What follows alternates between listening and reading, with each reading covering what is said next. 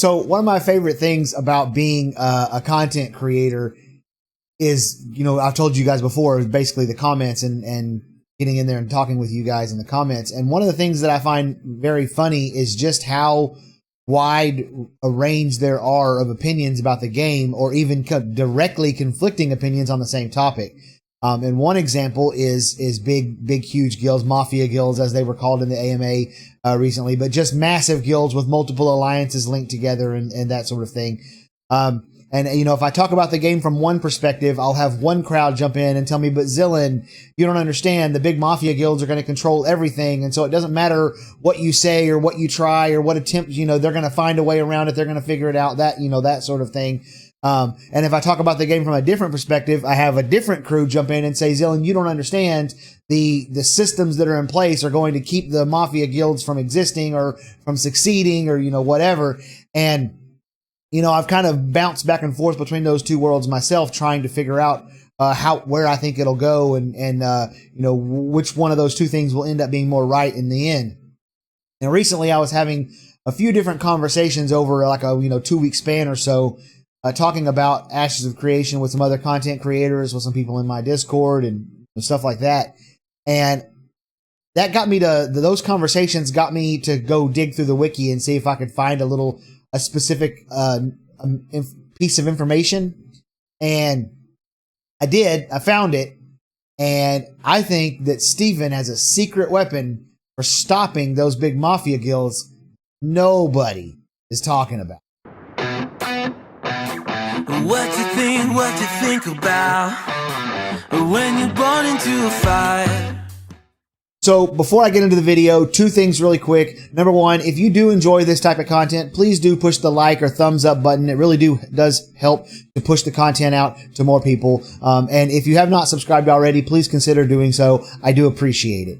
The second thing is Extermicide and Roar and the guys who do the Burning Discussion podcast have decided to start a Facebook fan group, for us to have conversations about the game outside of, the actual YouTube content that we're all putting up. They've invited me to be a part of the group and asked me to post all my content there. So not only will I be posting all my content there, and it's another way you could get notified if you'd like to do that, but also once you get done consuming everybody's content on YouTube every day, where do you talk about Ashes?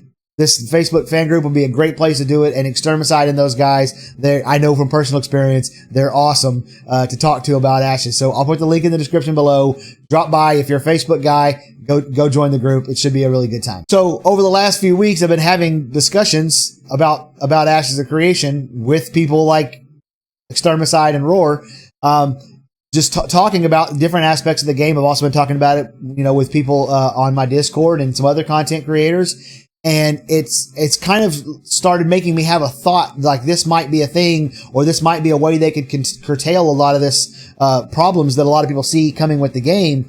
And I went digging through the wiki after it had been several weeks of this, and I went digging through the wiki and I was trying to find a specific little nugget of information, and I finally found it.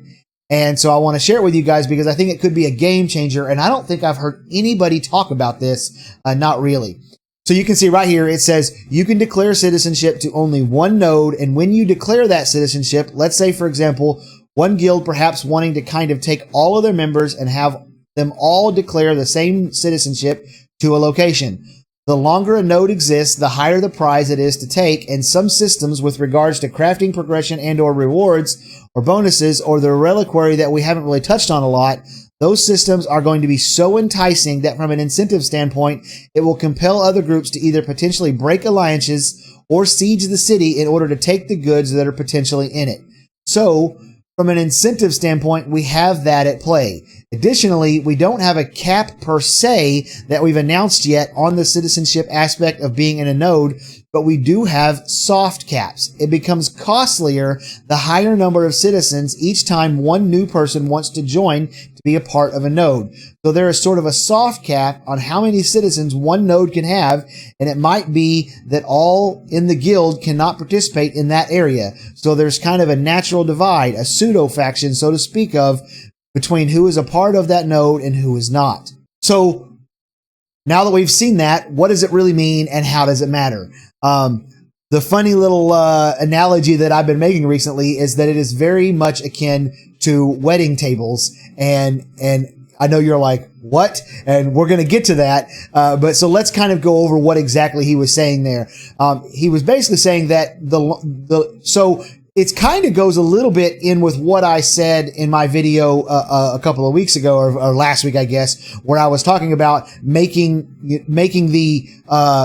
the rewards for taking down a high stage node, a node that's existed for a long time, get increasingly, better to the point that people can't resist doing it. And it appears that that is actually what their plan is. I just hadn't seen that before. So it's not the exact same plan as what I said, but it seems like that's exactly what they want to do as far as encouraging people to go ahead and attack and siege nodes, even if they're, a focal point of the area and that's the strength of the region and all that stuff. And he even says it might entice people to break alliances. So at some point, it may just be that there's so much stuff that's associated with taking down a node, even the people that are in the node will break away to go do so. But for me, the more interesting part of that is the soft cap on citizenship. So with a soft cap on citizenship, making it so that it costs more and more and more every time someone new wants to join the node. So just trying to give like a real basic example of how they could do that. Cause I've been curious, what exactly that would mean. In order to become a part of a node, you have to own property on the node. And so you got the houses that are present actually on the node itself, and there will be a limited number of those. And I'd imagine in a stage 6 node, it would probably be 100 or less total houses that are on the node. And then you have the apartments, which are the instanced living in the nodes. However, those have limits. There's not just an infinite number of apartments, or maybe there is an infinite number of apartments, but every time you buy a new one, every time somebody else buys one, the price increases and it gets more and more and more exorbitant to just have an instanced house in the node. And then they've said at some point in the wiki, it says something along the lines of having a node certificate or something. And so some type of way of joining the node, even if you don't have a property. And so that again, you would just make it where getting that node certificate would just get more and more and more and more expensive to the point of it being cost prohibitive. And you wouldn't be willing to do that. So let's take your big streamer. Okay. I'm not going to use any of the big streamers' names because I don't want this to sound like I'm trying to attack them, because I'm not. So we're just going to call this guy Bob the Streamer. Okay. Bob the Streamer gets tens of thousands of people watching him every time he streams the game. He's got a YouTube account with, 800,000 subs and, gets million views on every one of his videos. Okay. This guy's super popular, and there's a whole bunch of people that can't wait to play the game with Bob the Streamer when Ashes of Creation launches. This is a real life scenario that we all know is definitely happening among several different streamers. So Bob the Streamer, they get in, they find a node, they have 10,000 people, and they've got these 10,000 people broke across, 8 guilds of 1,200 people each. Each one of them has a leader, and they're all trying to tug in the same direction. Well, they capture a node, they start working it, they level it up, they get it up to level 6, and they realize they can't all be a citizen of that node. Number one, it's likely to get taken just because it's got so many people at the node, or it's so guarded and so protected, it lasts a long time. And so then the rewards for taking it down become too high, and everyone just starts sieging the node constantly. Obviously there's a cooldown, but as much as is possible, and eventually wears the node down and takes it out. And that's the possibility. But more specifically, they can't all be citizens of that node. So then what you end up doing is sending out people to go be in the next node down, the vassal node, the one that can only get up to level 5, because, you can't have 2 stage 6 nodes in the same little area. So you send 500 people to go be, the citizens of the stage 5 node, but that's not enough because you got 10,000 players in your mega alliance. So then you send more players to go be the other stage node and stage 5 node. And maybe there's 4 or 5 stage 5 nodes in your area. And then that's still not enough because again, you have 10,000 players. So then you send some to the stage 4 nodes, and then you end up sending some to the stage 3 nodes. And it ends up being like a wedding reception table setup. Let me show you what I mean. So this is a picture that I just snagged off the internet of a random suggestion for how to set up tables at a wedding reception. And for those of you guys who may not be old enough to be married, or, you know, haven't gone through the process of getting married, let me tell you guys something.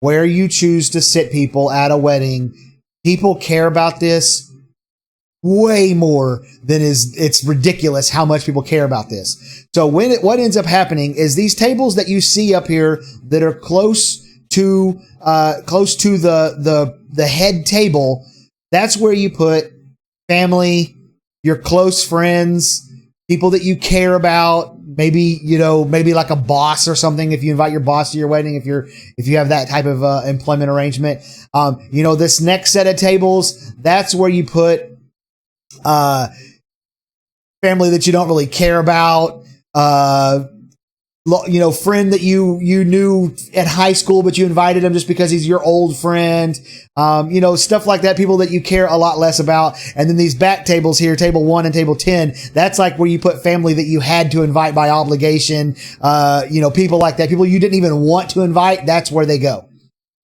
And that has become just a known thing. So you're going to end up getting the exact same situation in Ashes of Creation in this scenario that we're talking about, the Mega Alliance that's got 10,000 players in it.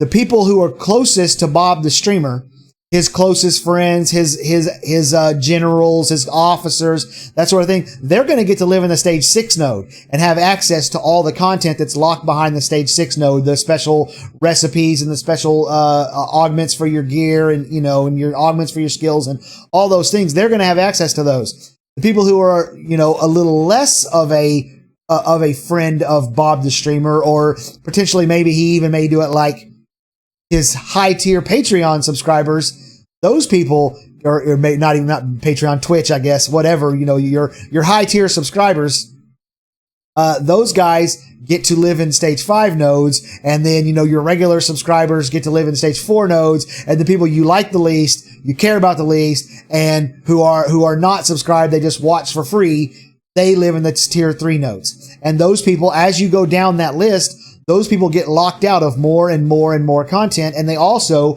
have amenities that they don't have. They have to travel into the Stage 6 node, which Steven has said time and time again that travel time is going to matter. They're going to have to travel into the Stage 6 node in order to get, different amenities that, everyone else just takes takes for granted, the people who get to live in the Stage 6 node.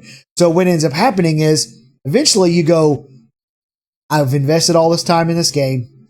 I'm really enjoying it. I'm having fun. I'm at the point now where I even play it even when Bob the Streamer is not playing it.